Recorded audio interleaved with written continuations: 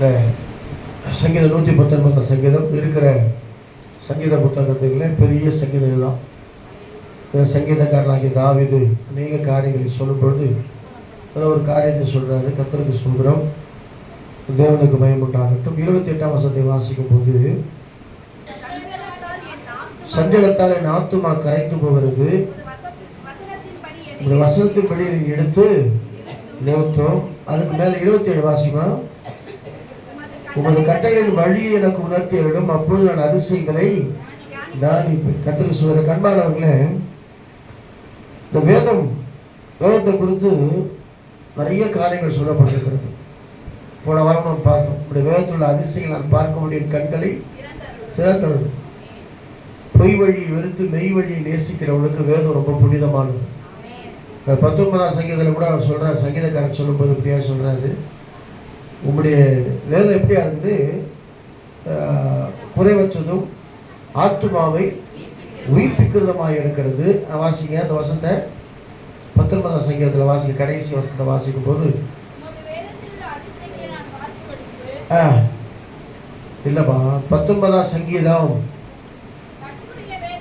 Very good very good. கர்த்தருடைய வேதம் குறைவற்றதும் ஆத்துமாவை உயிர்ப்பிக்கிறதுமாக இருக்கிறது. கர்த்தருடைய சாட்சிகள் சத்தியமும் பேதையை ஞானியாக்குறதுமாக இருக்கிறது. செம்மையும் இருக்கிறது, தூய்மையும் இருக்கிறது.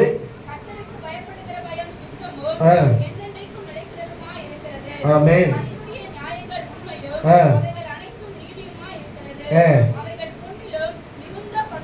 பொன்னிலும் மிகுந்த பசும் பொன்னிலும் விரும்பப்படத்தக்கதும், தேனிலும் தெளிதேனிலும் தேன் கூட்டிலிருந்து ஒழுகும் தெளிதேனிலும் மதுரமா இருக்கிற. சொல்லும் போது நமக்கு எவ்வளவு டேஸ்டா இருக்குல்ல. நீங்க அதை எப்பவுமே வேதத்தை படிக்கும்போது ரசிச்சு ருசிச்சு படிக்கணும். தேனிலும் தெளிதேனிலும் தேன் கூட்டில் ஒழுகும் தெளிதேனிலும் மதுரமாக இருக்கணும். கர்த்தருக்கு ஸ்தோத்திரம். அது சாப்பிடும்போது ஸ்வீட் மாத்திரம் அல்ல, அது கீழே உள்ள வசனம் இருக்குது, அவைகளால் உங்கள் அடியை எச்சரிக்கப்படுகிறேன். நல்லா சரிங்க. அந்த சாப்பாடுன்றது ஜபம், ஆனால் தண்ணின்றது என்னது, வேதம். சாப்பிட்டுட்டு தண்ணி குடிக்காம நம்மளால் இருக்கவே முடியாது.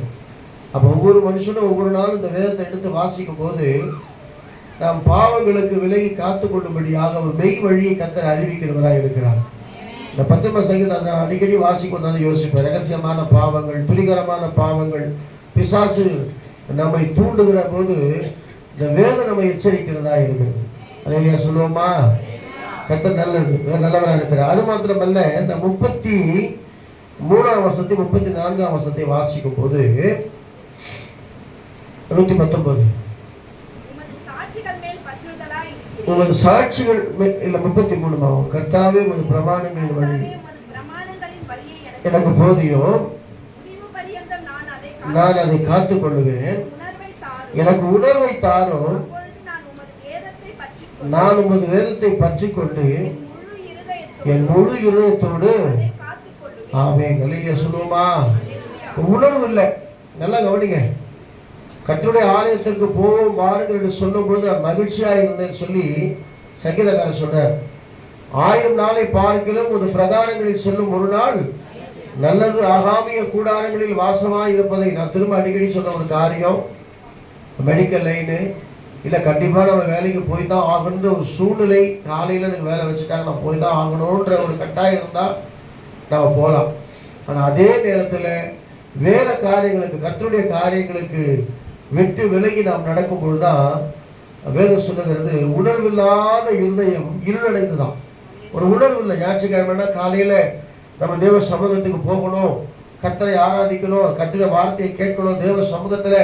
ஏன்னா கொடானு கூடிய தேவ தூதர்களாலே சேனைகளின் கர்த்தர் பரிசுத்தர் பரிசுத்தர் பரிசுத்தர் என்று ஆராதிக்கப்படுகிற தேவனாகிய கர்த்தரை ஒரு சிறு கூட்டமாக நம்ம ஆராதிக்கணும். அப்படி ஆராதிக்கிற வேளையில் அவர் பிரியப்படுகிறவராக இருக்கிறார். நம்முடைய பணத்தினாலேயோ நம்முடைய பொருட்கள்னாலேயோ நம்மள தங்கத்தினாலேயோ மற்ற காரியத்தினால அல்ல. அதெல்லாம் இப்போ நான் கொஞ்சம் அடிக்கடி நீங்கள் ஆராதிக்கும் போது பார்ப்பேன். ஒரு சிலர் உண்மையாகவே நல்ல வாயை திறந்து கர்த்தரை ஆராதிக்கிறீங்க. சில பேர் வாயை திறக்கிறதே இல்லை. வாயை விரிவாய் திறனானது நிரப்பேன்னு சொல்லி ஆண்டவர் சொல்றாரு. எதுக்கு தெரியுமா? வாயை திறந்து கர்த்தரை துதிக்கும் பொழுதெல்லாம் நெகட்டிவ் மாறும். கர்த்தர் சொல்ற பாசிட்டிவை கர்த்தர் உணர்வை கர்த்தர் கொண்டு வருவார். நீங்க சொல்லுவோமா? அப்போ இந்த எனக்கு உணர்வை தாரும் சொல்றார். உணர்வுன்னு சொன்னா ரோமருக்கு நிறுவனத்தில் அப்போஸ்தலனாகிய பவுல் சொல்றாரு, 1ஆம் அதிகாரத்தில் வாசிக்கும் போது, கர்த்தர் தேவனை தேடுகிற உணர்வு உண்டோ என்று பார்க்க கர்த்தர் பரலோகத்திலிருந்து கண்ணோக்கினார் இருக்குது. எல்லாரும் வழி விலகி ஏகமாய் கெட்டு போனாருன்னு சங்கீதம் 14 வாசிக்கிறோம். அந்த ரோமர் 1:2 வாசியமா இல்ல 21 பண்ணிக்கிறேன். 20-21 வாசிங்க. காணப்படாதவைகள் ஆகிய அவருடைய நித்திய வல்லமை தேவத்துவம் என்பவைகள் ஆமென் தெளிவாய் காணப்படும். ஆதலால் போக்கு சொல்ல இடம் இல்லை. நல்லா கவனிங்க, இயேசு யார் என்பதை தெரியும்.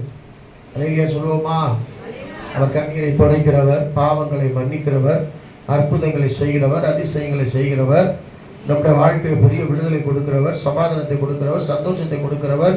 ஒரு காலத்தில் பாவிகளாக இருந்த நம்மை ரட்சித்து பரிசுத்தப்படுத்தி நம்மை தேவ சமூகத்தில் கொண்டு வந்து நிறுத்தி இருக்கிறவர்.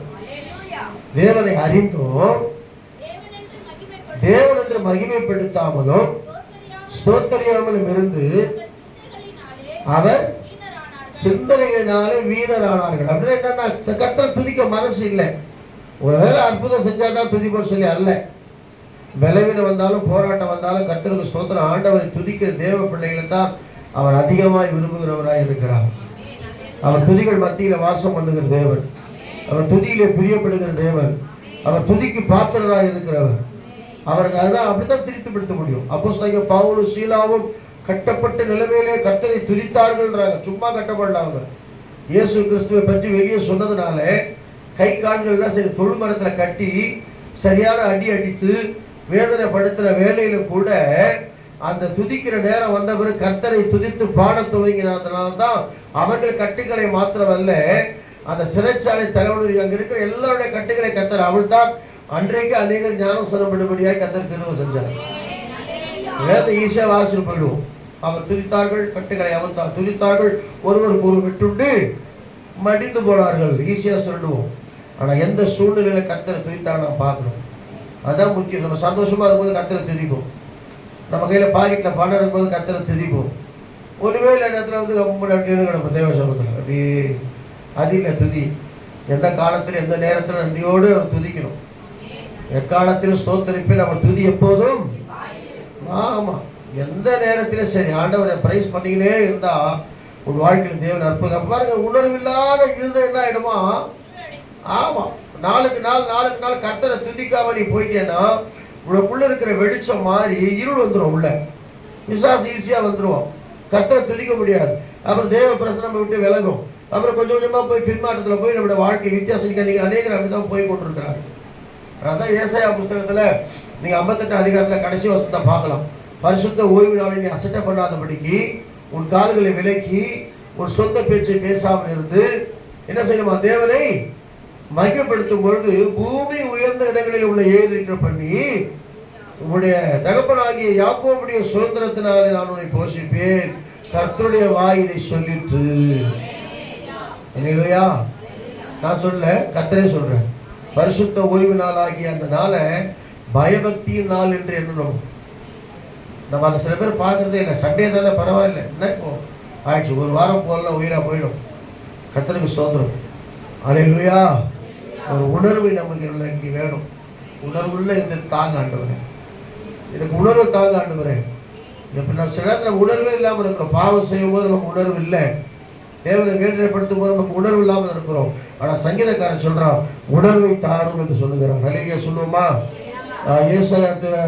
மத்திய சுவிசேஷம் 15:16 வாசிக்கும் போது ஆண்டவர் இப்படியே சொல்றது. வாசிங்க, மத்திய 15:16 வாசிக்கும் போது நான் முடிச்சிருக்கேன். ஒரு 2 நிமிஷம் முடிச்சிருக்கேன். கர்த்தருக்கு ஸ்தோத்திரம். அதற்கு இயேசு, உணர்வில்லாதவர்களாக இருக்கிறீர்களா? ஆமா, கழிந்து போகும்.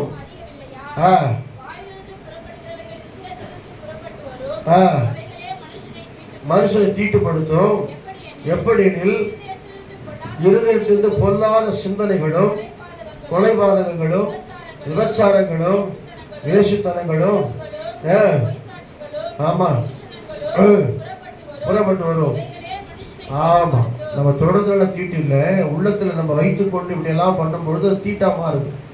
அதுக்கப்புறம் நான் ஆண்டவர் சொன்னார், கர்த்தருக்கு ஸ்தோத்திரம். இல்லை போதும், கர்த்தருக்கு ஸ்தோத்திரம். நான் முடிக்கிறேன்.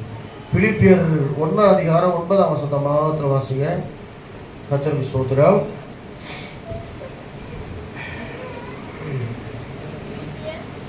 பிலிப்பியர் 1:9 வாசிங்களேன்.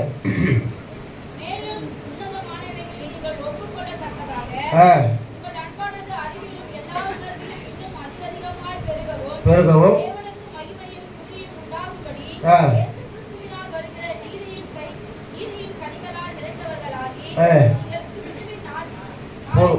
அது வேண்டாம். விட அந்த 119 சங்கீதத்தில் 49ஆம் வசனத்தை மாத்திரம் வாசிங்க.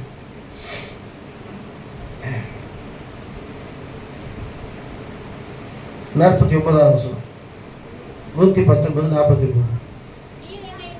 நீர் என்னை நம்ப பண்ணின வசனத்தை உங்கள் அடியனுக்காக நினைத்திரடும், அதுவே என் சிறுமை எனக்கு ஆறுதல். உங்களுடைய வாக்கு என்னை உயிர்ப்பித்தது. நம்ப பண்ணின வசனம், அநேகருக்கு ஆண்டவர் வசனம் கொடுத்துருப்பார்.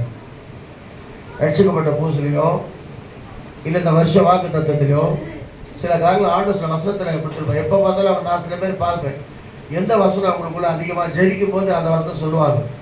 இல்லையா? சொல்லுவோமா? எப்படியாவது அவங்கள ஜெபம் பண்ண சொன்னால் அந்த வசனம் அவங்களுக்குள்ள வந்துடும். காரணம், அந்த வசனத்தின் மேலே அவங்க நம்பிக்கையாக இருப்பாங்க. நான் ஒரு டைம் ரட்சிக்கப்பட்ட புதுசில் எனக்கு பைபிளில் கூட அந்த வசனம் இருந்தால் தெரியாது. நான் அடிக்கடி சொல்லுவேன் உங்ககிட்ட, கர்த்தருக்கு ஸ்தோத்திரம். கொஞ்சம் காலம் கவனிக்கல. ரட்சிக்கப்பட்ட புதுசில் இங்கே எனக்கு அப்படியே ஒரு மாதிரியாக இருக்கும்போது நான் அப்படியே ஜெபம் பண்ணி கொண்டே இருப்பேன். ஜபம் எப்படி பண்ணணும்னு தெரியாது, வேத வாசத்துக்கு பழக்கலை. அப்படியே கொஞ்ச நாள் போகும்போது ஏன் ஜெபம் பண்ணி கொண்டு இருந்தேன். கர்த்தருக்கு ஸ்தோத்திரம். அப்போ ஆண்டவர் சொல்லார், நீ பயப்படாத, என்னோடு கூட இருக்கிறேன். நீ பயப்படாத, என்னோடு கூட இருக்கிறேன். சத்தமாட எனக்கு கேட்கும். அப்போது எனக்கு என்ன ஆச்சுன்னா, அந்த வசனத்துக்குள்ள கிரியை செய்ய ஆரம்பிச்சது. அப்போ எல்லா சூழ்நிலையிலும் நீ பயப்படாத, என்னோடு கூட இருக்கிறேன். அப்போ யார் சொல்லுதுன்னு பார்த்தா எனக்கு ரொம்ப நாள் தெரில. அப்புறம் பார்த்தா ஏசாயா தீர்க்கதரிசன புத்தகம் 41ஆம் அதிகாரம் 10ஆம் வசனம் அந்த வசனம் இருக்குது. நீ பயப்படாதே, நான் உனக்கு திரையாதே, நான் உன் தேவன், நான் உன்னை விலைப்படுத்தி உனக்கு சகாயம் பண்ணுவேன், என் நீதி வலதுகரத்தில் உன்னை. ஆஹா, இந்த வசனம் அப்போ இங்கே தான் இருக்குதா? அப்போ கர்த்தர் நம்மளோட சேர்ப்பு. அதில் வந்து எனக்கு அந்த வசனத்தின் மேலே ரொம்ப நம்பிக்கை. எந்த சூழ்நிலை வந்தாலும் சரி, எவ்வளோ விளைவில் வந்தாலும் சரி, எவ்வளோ போராட்டம் வந்தாலும் சரி, அந்த வசனத்தின் மேலே எனக்கு ஒரு நம்பிக்கை. அதனால தான் அந்த நம்பிக்கையை தான் நம்ம இன்று நிறுத்தி வைத்திருக்கிறது. அநேகியா சொல்லுவோமா? அவர் கடைசியாக சொல்கிறாரு 54ஆம் வசனத்தை வாசிக்கல. நான் பரதேசியாய் தங்கும் வீட்டிலும் ஒரு பிரமாணங்கள் எனக்கு. ஆமாம், நாமெல்லாம் பரதேசி தான். என்ன பாஸ்டர் அப்படி சொல்லிட்டீங்கன்றீங்களா? இந்த பூமியில் வாழ நாம் யார்? பரதேசி. நம்ம இடமா இது? ஒரு 100 வருஷம் கழிச்சு பார்த்தா இங்கே வேறு யாரும் நின்றுருப்பாங்க. நாம் இருக்க முடியுமா? நமக்கு சொந்தம் எங்கே? பரலோகம் தான் நமக்கு சொந்தம். இந்த வாழ்கிற எல்லாருமே பரதேசிங்க தான். வாடகை வீட்டில் இருக்கிற குடும்பம். சொந்த வீடாக இருந்தால் கரண்ட் கட்டினாலும் சரி, நீங்கள் வரி கட்டினாலும் சரி, என் இருக்கிற இடம் என்னது? வாடகை வீடு. இயற்கையாகவே நீங்கள் உலகத்தின்படி பார்த்தா கூட ஒரு 50 வருஷம் 100 வருஷம் கழித்து யாரும் ஊர் பேர் தெரியாத கூட இருக்கலாம் இல்லையா? அதனால் நம்மெல்லாம் வாடகை வீட்டில் இருக்கிறோம். அதான் சொல்கிறேன், நான் பரதேசியாய் நான் இருக்கும்போது உமது பிரமாணங்கள் எனக்கு என்ன ஆயிடுச்சு? கீதங்களாக மாறி போய் சொல்ற பிரமாணம் தான் நமக்கு கீதங்களாக இருக்கும். ஆண்டவர் சொன்ன பிரமாணத்தின்படி நாம் வாழும் பொழுது கர்த்தர் நம்மை ஆசீர்வதிக்கிறவராக இருக்கிறார். இல்லையா? சொல்லுவோமா? கர்த்தர் நல்லவர். சாட்சி இருக்கும்போது வேகமாக சொல்லுங்க. இன்னைக்கு பிறந்தநாள் காண்கிறேன்.